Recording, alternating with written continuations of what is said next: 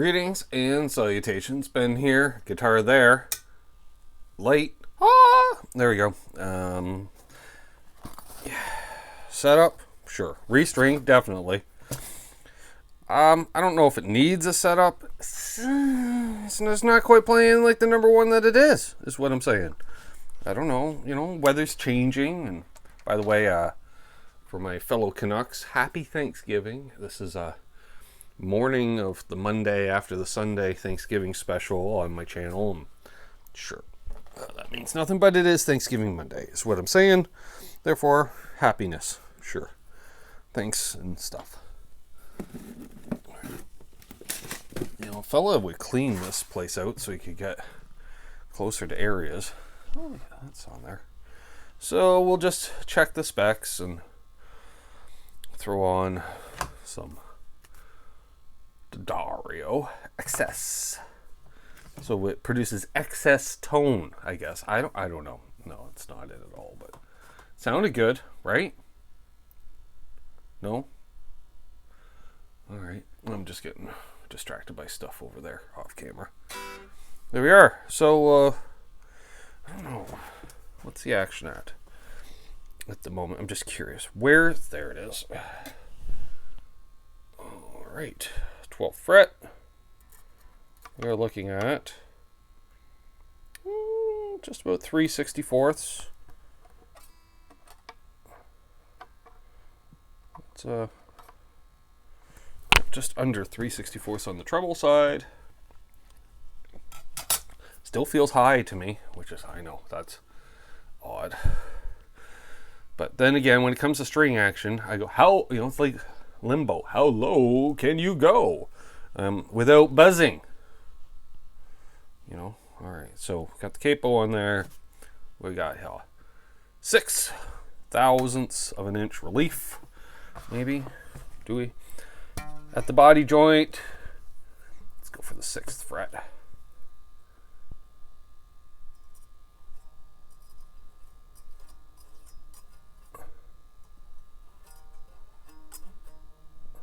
Is there? Maybe. It's, I don't know, it feels like a loose 6. So what I'm thinking is, what I would like to do is just tighten the truss rod ever so lightly. I know you can't see what I'm doing, but I'm looking because I can never remember what the truss rod size is. All right, made in Mexico.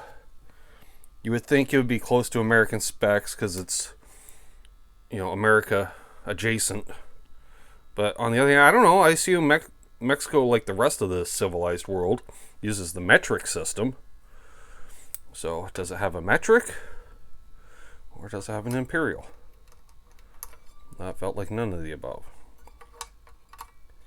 That's not really grabbing. And it's so rare that I have to adjust the truss rod. It's not going to be a 5mm, is it? No. So yeah, it's so rare that I don't know. I shrug as to what would that be. I don't know what the imperial ones are usually. What does that sound? Oh, the cat clawing on the carpet upstairs. Come on. Oh, there it is. All right, what is that? What is this? 3/16. I don't know, is that American? I don't know. All my American Teles are just down here with a big old slot screwdriver because they suck. Well, Teles don't suck. The adjustment sucks. All right. Now you always want to loosen before you tighten. And I'm looking at the angle. Can a fella see? All right. Well, what I'm saying is it's pretty much here. Can we zoom in? No. All right. Well, for point of reference, let's I don't know. Here. There we go. See, so it's I don't know. Look at it on a big TV. Yes, I'm wearing pajama pants. It's a holiday. It's morning. All right. So. Oh yeah, definitely loosened off. So let's let go. Release the hound! Come on, like, well, see, I want it there. Exactly. Excuse me. Don't mean to cough in the microphone, but I just did. All right. Ben, you haven't even changed the strings yet. Oh, because you can do the setup with older strings. Well, that feels the same. So we're just gonna find that spot again. There. And it's just not even an eighth of a turn. An 11th of a turn. No, capo goes this way, Ben. There we are. Back up, body joint, 6th fret. Can you even see what I'm doing? No. All right, hang on. Let's bring it up a touch more then. I don't know. Pressing at the body joint. There we go. Again. 6th fret, feel a gauge.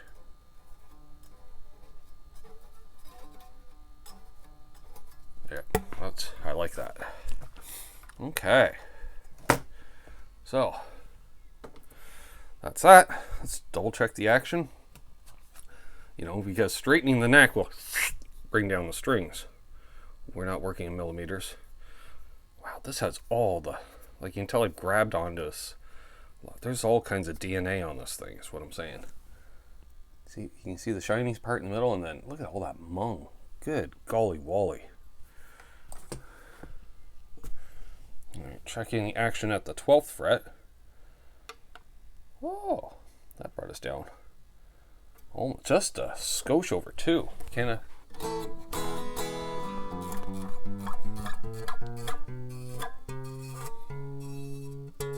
I'm hearing it a little, but that's me.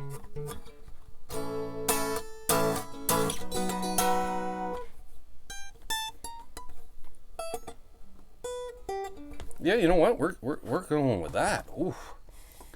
You know, I know Dave of Dave's World of Fun Stuff likes on the Telecasters doing the James Burton setup. And he says, "Yo, that's low and fast. You don't need it." Well, I need more. I need all the help a fella can get. And so there we are. All right. There's some sweat mark. I was like, it doesn't really need a cleaning, but you probably could use one. So let me pause the video. I'm just gonna take the strings off. That's all I'm gonna. How the frets look, by the way. Frets look great. All right. Let me just pause it, and we'll get the strings off. All right, strings are off. What am? Oh, I'm standing on the bloody. Don't stand on the mic cable, Ben. Jesus. So it gets pulled off every single. All right, fretboard. Could use some, a little bit of love. Not much.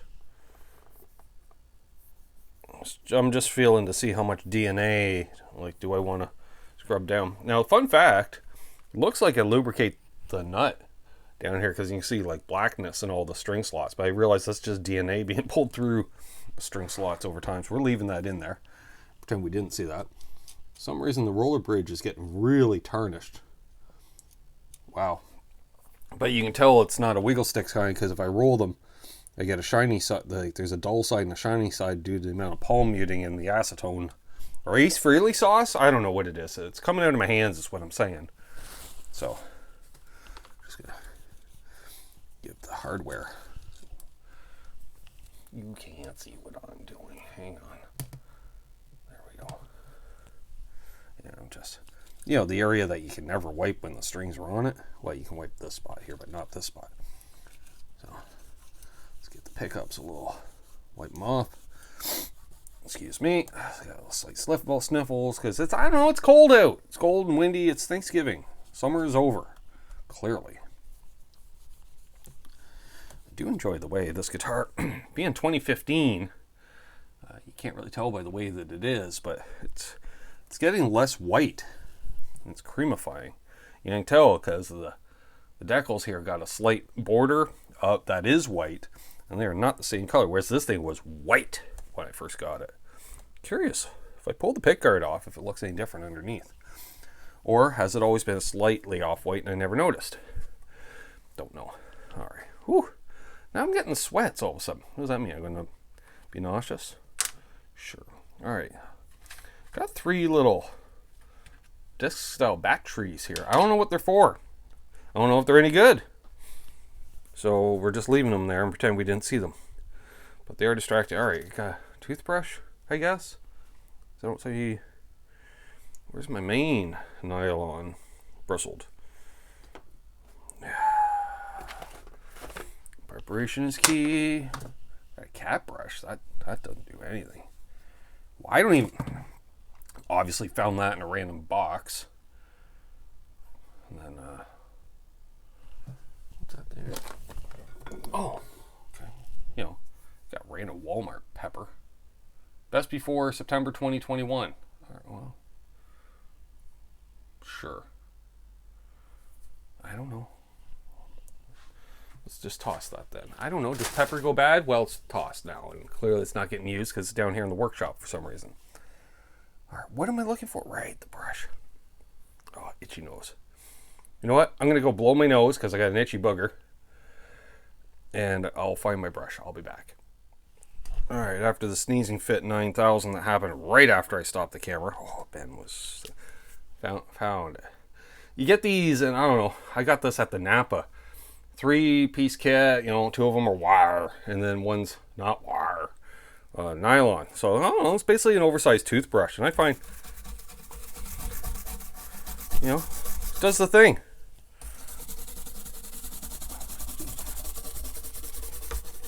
Non-invasive, non-destructive, that's it. But Ben, you're removing all the DNA. I'm not. I'm just opening up, exfoliating the pores of the fretboard before I oil it. That's what I'm doing. Honest. Sure, there we go. Although, it's funny down here, I don't know, will it show up on camera? We'll try, hang on. First I was going to show you that nut slot, you can see how dirty it is, but a fella comes in, I don't know, it's not really coming up on camera, but it's, there we go. You can see, like, from the oils of the hands, up till about the 5th fret, the fretboard is much darker. Oh, it's kind of neat, you know. You see it more on the maple boards where it's more predominant, you know, the little tone ovals, we'll call them. So anyways, back to your regular scheduled programming. All right. And once again, Ben forgets to pre-soak his lemon oil-based squeeze bottle. How much do you put on? All of it. Because again, had this bottle, I don't know, a decade or more, and it's still over half full. But Ben, how many rosewood fretboard guitars do you even have? Ah, good question, right? Because you could have 100 guitars, but if only one of them has a fretboard that sees treatment once or twice a year, yeah, this will last you forever and a day. But I've done a lot of customer guitars as well as my own, which I don't know. Got several. Because I got Lester Pulfa style guitars. They're all, you know, dark, open pore fretboards. See what I did there? Dark, open pore. What does open pore mean? It's not when you off your favorite cold snack, free flow into your favorite mug. You know, no. Open pore means that's not sealed with a finish. You know, usually like Thompson's water seal on a fretboard. I don't know. Would that work? Should we try that on a fretboard? Yeah, I'd probably gloss it right up, make it look like a Rickenbacker or some abomination. I don't know. Actually, Rickenbackers aren't abominations. Well, they are, but they're not. We like Rickenbackers, but I don't know who the hell designed them. I'm thinking they got input from Leo Fender. There's some backwards stuff going on. Who puts the thick string on the top side on the 12s? You don't have a hope in hell of hitting the thin string. That's what I'm saying. All right. And yeah, there we are. Don't forget, if you got a little open spot behind the nut, hit it. You know, that gets dried out too, don't you know? You don't want that all splitting right back there. It's a thin piece of wood. You know. Mung. I know it's blown. If you can see it on the blown out video, right? You know it's mung factor of 9 or more. There we go. You know what? We're gonna just around the sides. I don't know if it's open on the sides or not, but we're hitting it anyways. And then we've got a bunch of oil now on the pick guard and the finish. Perfect. That was way too much to use. Awesome. There. You didn't let it soak in, Ben. No, I didn't really. But, you know, we still got a healthy dose on there. She looks nice and moist. That's a funny word, moist. Most women absolutely detest that word, and yet one of the most popular bands with women in Canada in the 90s, ironically named Moist. That's right. I do not make this up. Fella can't make that up. Wouldn't believe me.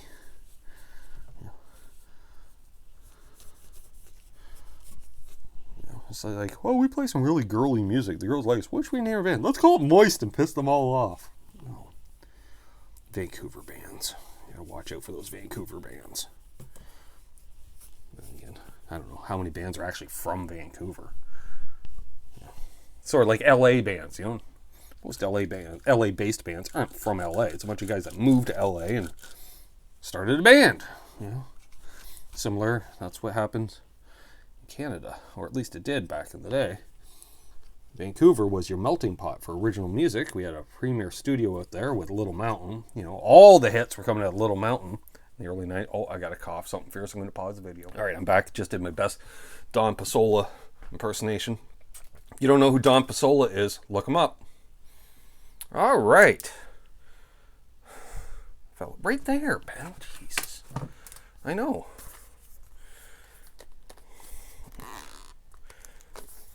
Open says me. Sure. And then, and then we got to open it here. Seems like an awful... It's like opening a CD in the 90s. I don't know. Then you pull that off, and that rips halfway through, so it doesn't do squat. Oh, well, or I could have just pulled that off. All right. Player Circle. Anybody a member of the Player Circle? Comment down below if you're a member of the Player Circle. I am. Got my code. Well, I'm not going to show you the code. You're not entering the code before I enter the code. Enter the code below. Didario. Or Diadario? No, Didario. All right. Player Circle code. Anywho's and house. Let's string it up. Easy. Come on. Oh, there we are. All right. I need the... Oh, there it is. Right. What do we got here? Black, brass. Nope, black and silver. Those are my two thinnest. All right. What are we looking for? They're in groups of twos for some reason. Hard to choose your groups of twos. There we go. Brass and black. Is that what we're looking for? Brass and black. And this should be silver and brass. Yep, that's what that is. All right, brass and black. Brass and black! I'm not hitting the sack. Which sack you hitting? Bed? Testicle area? I don't know. I don't know what sack he's hitting. Barely understand what the hell Brian's screaming about most of the time. Oh, he sounds just like Bon Scott. No, he doesn't! No, he doesn't! Sounds like Bon Scott after touring for 6 months and blowing his voice out. That's what he sounded like. Yeah. Brian's an alright guy. I just don't care for his vocals. Sorry. Not sorry. Alright, what do we want? E is brass. What you do is you hold one in your mouth. You see? Yeah. While you string through the other one. Up one end. Easy, easy. There we go.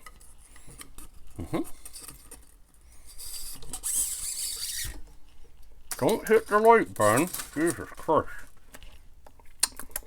Alright. Work out the saliva beforehand. Find the other end of the string. There we are. I used to lean this upside down just over the edge of the bench and do it, but this seems way easier, likely way to destroy the front of your guitar falling forward on your soldering iron or something. I don't know. Do as they say, not as they do, folks. Did I put the disclaimer up? Nope. Only been making videos for 6 years. No disclaimers. What do we want? Silver and brass. All right, and we want the silver first. Well, that's easy to tell. One's wound and one isn't. kind of like two girls I knew. One was kind of wound up and one wasn't. What do we want? I can't even tell which one's wound anymore. D is silver. D silver.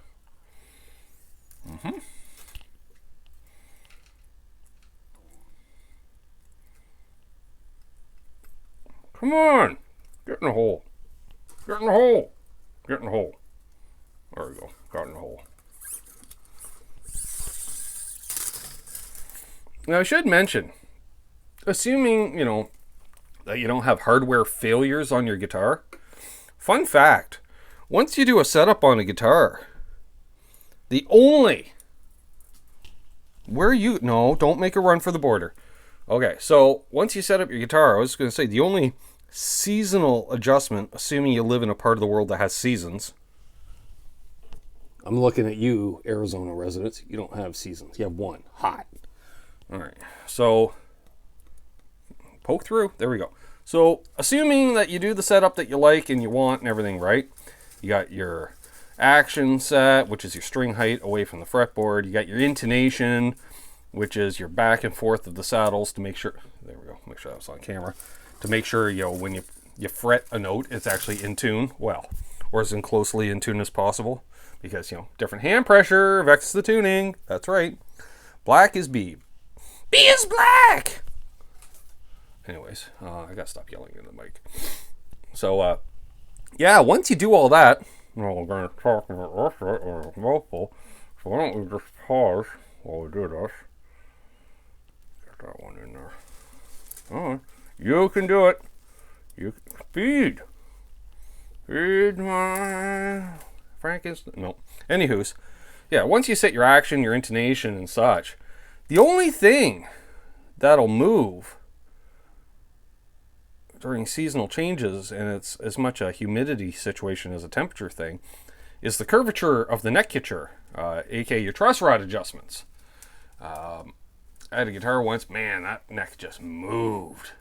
It moved more than a poplar tree on a windy day. Anyway, so it got to the point where a fella just left the truss rod cover off, because going from a warm to cool environment, truss rod. Dry to humid, truss rod. Humid to dry, truss rod. That's what I'm saying. Because everything else is mechanical, right? And made of metal, metal can be affected by temperature. I don't think so much by humidity, other than maybe rust factor. But temperature, yes, but on a very microscopic level compared to wood. So once this is all set up, you just deal with this once or twice a year. That's it. That's it. And if you have to, my action keeps dropping. Well, you got screwed up saddles or grub screws or something. Something's moving it. Or, your little brother's coming in the room and fucking with it while you're not around. And then you think, it needs this up, but it's really just him messing with your shit. Which, judging by my demographics, if your little brother's messing with your crap, kick him out of your house. He's a middle-aged man. Or punch him right in the back of the throat. Yeah, right about the fourth vertebrate. That'll learn him. Anywho, let's get this thing strung up.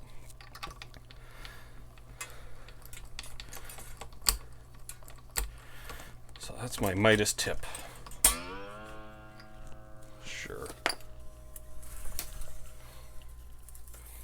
Do we want to watch me put all the strings on? How about I pause it here and we'll just string it up? All right. Editing, sure. I don't know how to do the fast forward with the voiceover. I'm not Charles.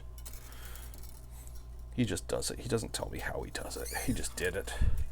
All right, hang on. All right, strings are strong. Clearly up to pitch. Sure. I don't again, shouldn't need any intonation, right? Can a fella get a room? Snark tuners, great until you're using a Tele. That's apparently Ben tuned the E string up to G. If strings stretched, that would do it.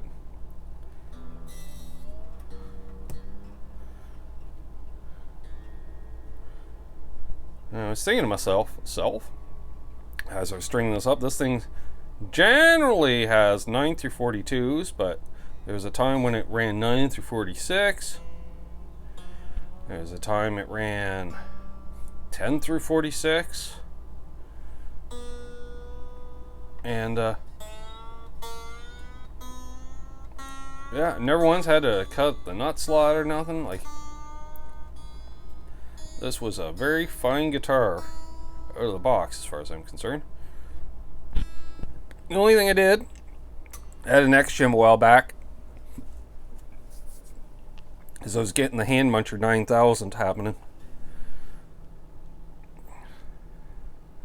Strings are still seating. That's right, I said seating, not stretching. So we'll grab the string seater. Sita! Thanks again, Lucas and Martin from L&M Guitar Corner, based out of Austria. Single-handling my favorite Austrian YouTube channel out there. Do you know of a second one, Ben? That's not important. The important thing is that Lucas and Martin are my favorite. Hard to choose your favorite Austrian. I like them both. Well, you know what? Sorry, Lucas. Martin gets the nod. He shows up to more Water Buffalo meetings. You might still be in Switzerland. I don't know. That's a you thing. That's not a me thing. There we go.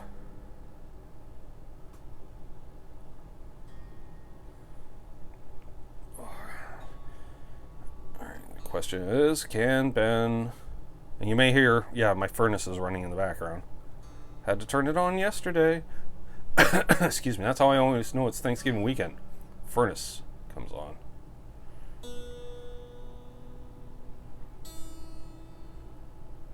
Alright, so you can do it. There we go. Yep. Yep. Yep. Yep.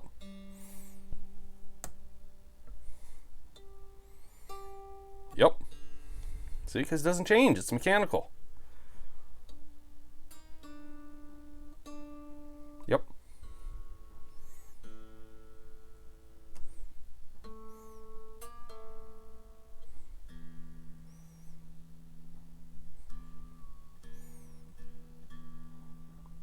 Don't jump the shark now. Yep. Perfect. There we are.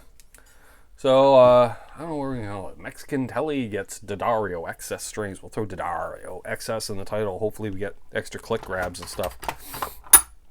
If you're watching at this point and you're not subscribed, please subscribe. Road to 5,000 as of right now. I don't know. Maybe you're watching this 2 years from now and I've already hit 5,000. So let's go road to 6,000. Sure, I don't know. But appreciate if you're returning your continued support. Links to cool stuff down below. Got some affiliate links, and we got a face space group, and click the join button if you want to become a member. You get all kinds of extra perks with that. I don't know. Exclusive content. We do hangs on, what is it called, Zoom. We do that twice a month, where it's off-air Q&A, which is a little more non-filtered, as it were. So on that note, I've been Ben, you've been you, and this has been another Restring video on the Ben Coombs YouTube network. It's not a network, it's only one channel, Ben. I've got the NASCAR channel too, so I have a network. Peace, folks. Have a good one.